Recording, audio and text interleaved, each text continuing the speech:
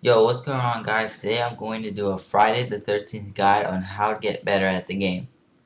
These tips can be applied to anyone, even if you're a veteran player or a new player just getting started. I've been playing this game for about a year now, and I've learned a few things that help me win more matches. I'm going to give you 5 tips that are going to improve your skills at the game so that you can survive more. This is going to be a guide focused on counselors, so if you'd like to see a Jason video, please let me know in the comment section down below. Also, subscribe here if you're new and like the video if this helped you out. And anyways, let's get started with the tips. The first tip I have is to plan before the match starts. This is really important because it helps you focus more on which way of escaping is the best. This should be your main goal of the match. If you're going up against a Jason with fast water speed, then you probably don't want to try escaping with the boat. If you're planning on killing Jason, then go for the splitter early in the game when Jason's abilities haven't been fully unlocked.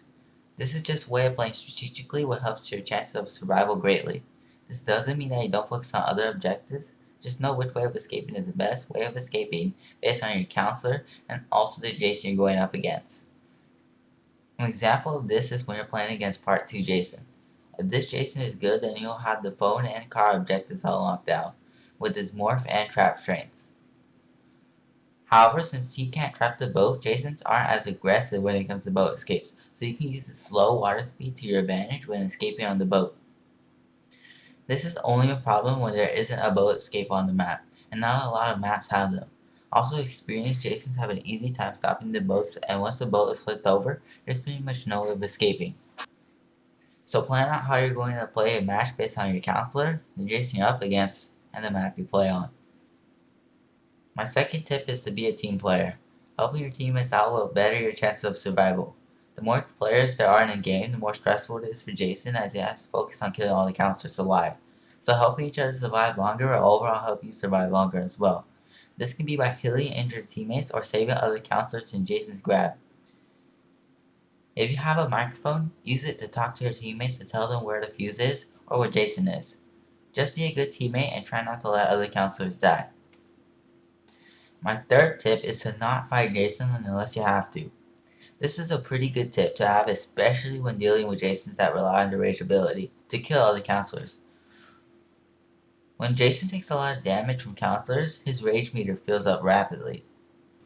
Once Jason is enraged, he can no longer be knocked out with melee weapons, and his abilities are increased, making it difficult for players to survive after that.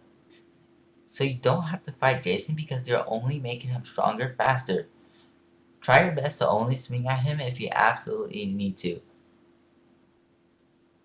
My fourth tip is stamina conservation and how to do it. This is probably the most important tip in this video because if you don't have stamina, then you won't survive. To save up stamina, don't run if you don't have to. When Jason is chasing you, jog so you don't use up stamina.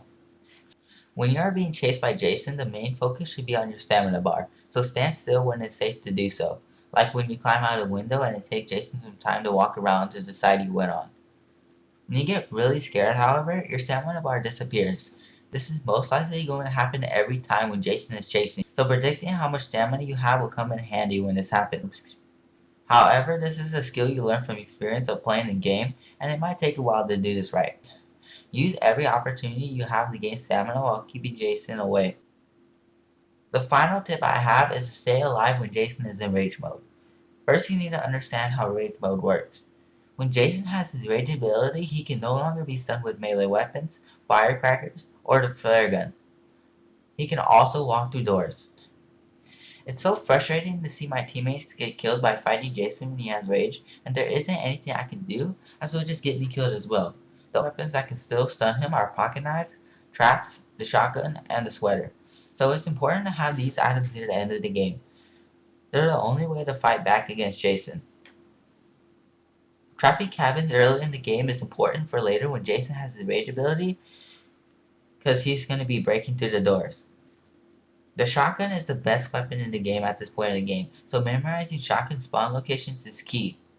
Pocket knives are a must-have throughout the whole game, and by far the best item you can have in your inventory. If you're a female counselor, then grabbing the sweater from Jason's shack might be a good idea, however it is risky as Jason is alerted when you go in there. I would also recommend having a health spray just in case Jason tries to slash you. Well, there you go. These were some tips I learned from playing Friday the 13th the game. If this video helped you out in any way, please consider subscribing. Leave a like if you enjoyed the video and also comment down below telling me what you would like to see next on my channel. Thanks for watching, I'll see you in the next video. Later.